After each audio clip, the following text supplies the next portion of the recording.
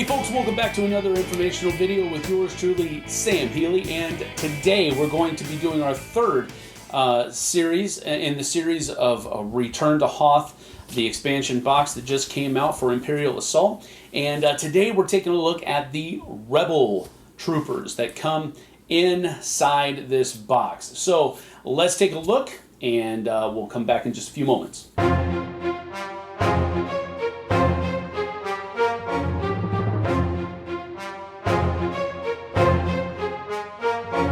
And now in our third video of the series of what you get in the Return to Hoth expansion, we're going to look at the rebels that you get in the expansion. You do get cards for Leia Organa, although she has her own expansion pack. You also get a card for the Echo-based troopers, but again, they have their own expansion pack. You don't get their models, you only get their cards. But what you do get is Loku Kanaloa. That's hard to read upside down. And then you have Verina Talos and MHD-19, the medical droid of all people. Just doesn't seem like one that I would have picked, but yeah, whatever. Okay. That's fine. He actually also has his own command card. It says, use when a friendly figure within 3 spaces of you has suffered damage equal to its health. Instead of being defeated, it recovers 3 damage. So this guy is really cool to have around. Now it all becomes clear, right?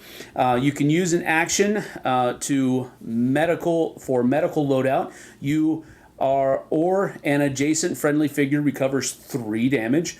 Then you have another thing that you can use for an action, improper procedure. Choose an adjacent hostile figure. That figure suffers 1 damage and becomes weakened. So while he does not have a lot of attacking power, he can kind of be an annoyance, maybe.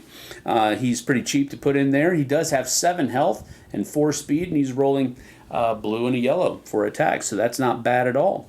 His model is pretty straightforward, not too earth-shattering. I mean, of course, looks exactly like he did in the movie, so there you go. That's pretty neat.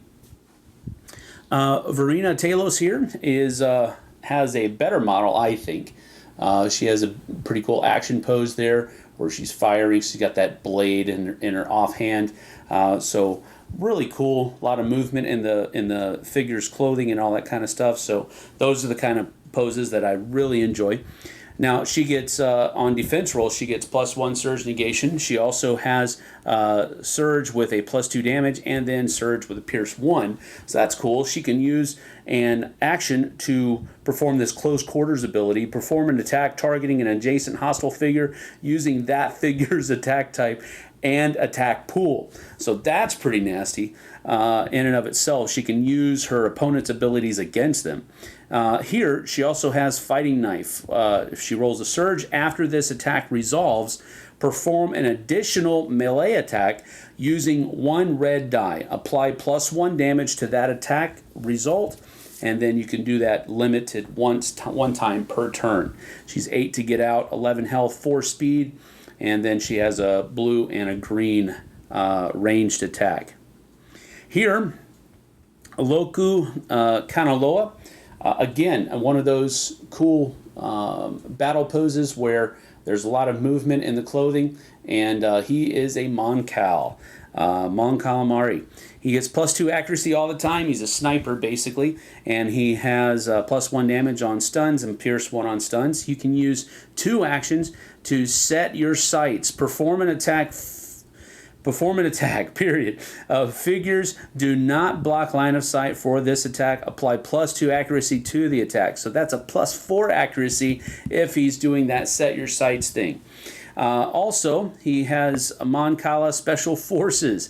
When you defeat a figure while using set your sights, this ability right here, you become focused. So that's really cool. Now, the downside is he only has 4 health, so he's pretty fragile, but this isn't a guy you're going to have up close to close combat and that type of thing. He's one of the guys that you keep him in the back and let him take shots at the defenders. He also has only a white defense, but he is rolling blue one blue, and one red for attack. So he's a pretty nasty ranged attack guy.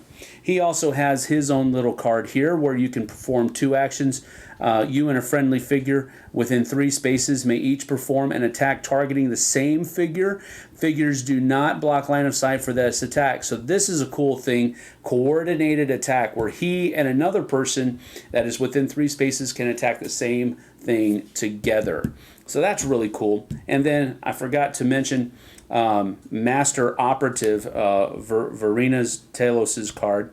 It says use when you declare close quarters. So that's her ability down here. You become focused, apply +1 surge to the attack results. That one's kind of whatever. Not so excited about that one. I really enjoyed this one though, and this one's really cool as well. Now you also get 2 more skirmish scenarios that use the Echo Base map that is inside the expansion pack. So you have 2 skirmishes on this map, and then, as I showed you in a previous video, you have 2 that can use this map. So that's pretty cool. Well, man, when I found out that they were going to have the medical droid in the box, I was a little underwhelmed, but at the same time, he does have the ability to keep a lot of your figures alive. So as long as you can kind of keep him alive, I think you'll probably be doing pretty good. But he does have a pretty big target on his back with being able to heal 3 damage. So that's a pretty cool thing. I was iffy about it, but I think I'm on board.